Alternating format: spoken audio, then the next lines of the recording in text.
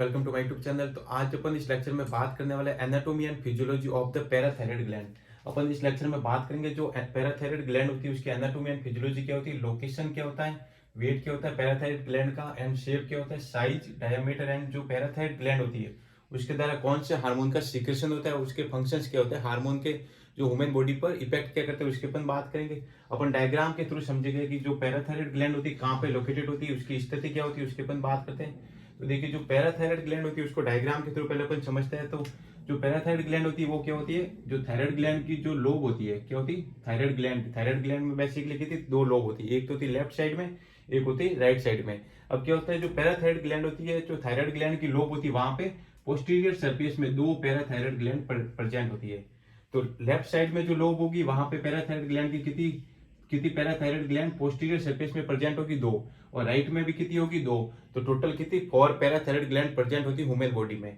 तो देखिए लोकेशन की अपन बात करें, two parathyroid gland located posterior surface of the each lobe of the thyroid gland. जो थायराइड ग्लैंड की जो लोब होती है वहां पे दो पैराथायराइड ग्लैंड पोस्टीरियर सरफेस में प्रेजेंट होती है। तो ये हो जाएगी थायराइड ग्लैंड की लोकेशन क्या थी अपने पास में, in front of larynx and trachea at the level of fifth, sixth and seventh cervical and first thoracic vertebra में प्रेजेंट होती है थायराइड ग्लैंड।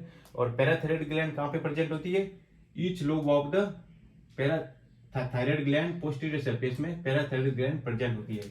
तो फिर अपन बात करते हैं weight of the parathyroid gland. जो पैराथायराइड ग्लैंड होती है उसका वेट क्या होता है, तो 50 ग्राम होता है पैराथायराइड ग्लैंड का वेट। तो पैराथायराइड ग्लैंड का वेट कितना हो जाएगा, 50 ग्राम। और शेप की अपन बात करें तो पैराथायराइड ग्लैंड होती है बेसिकली क्या होती है, ओवल शेप में होती है। क्या होती है, ओवल शेप में। ये देखिए पैराथायराइड ग्लैंड हो जाएगी, ये सेकंड पैराथायराइड, ये थर्ड और ये फोर्थ। टोटल कितनी होती है, फोर पैराथायराइड ग्लैंड प्रेजेंट होती है थायराइड ग्लैंड की पोस्टीरियर सरफेस पे ये प्रेजेंट होती है। और इसका शेप क्या होता है, ओवल शेप होता है। साइज की अपन बात करें तो पैराथायराइड ग्लैंड की साइज कितनी हो जाएगी, 6 मिलीमीटर होती है पैराथायराइड ग्लैंड की साइज। और डायमीटर होता है 3 to 4 मिलीमीटर। डायमीटर कितना हो जाएगा, 3 to 4 मिलीमीटर होता है। और साइज हो जाएगी 6 मिलीमीटर होती है। अब अपन हार्मोन की बात करते हैं। जो पैराथायराइड ग्लैंड होती है उसके द्वारा कौन से हार्मोन का सीक्रेशन होता है और उसके फंक्शंस क्या होता है, ह्यूमन बॉडी में क्या इफेक्ट करता है पैराथायराइड हार्मोन। तो पैराथायराइड ग्लैंड द्वारा मोस्टली कौन सा हार्मोन का सीक्रेशन होता है, पैराथायराइड हार्मोन। कौन सा, पैराथायराइड हार्मोन या फिर पैरा हार्मोन का सीक्रेशन होता है पैराथायराइड ग्लैंड के द्वारा। और ये हार्मोन क्या करता है, जो ब्लड कैल्शियम लेवल को क्या करता है, मेंटेन करता है। क्या करता है, to regulate blood calcium level. क्या करता है, to regulate blood calcium level. और पैराथायराइड हार्मोन तथा कैल्सिटोनिन हार्मोन क्या होते हैं, ऑपोजिट होते हैं। क्या होते हैं, ऑपोजिट वर्क करते हैं, ठीक है। और पैराथायराइड हार्मोन क्या करेगा, जो ब्लड कैल्शियम लेवल होता है उसको क्या कर देगा, इंक्रीज करेगा। क्या करेगा, parathyroid hormone increase blood calcium level by release calcium store in the bone. अब वो कैसे करेगा, तो बोन में जो कैल्शियम स्टोर होता है उसको क्या करेगा, रिलीज कर देगा।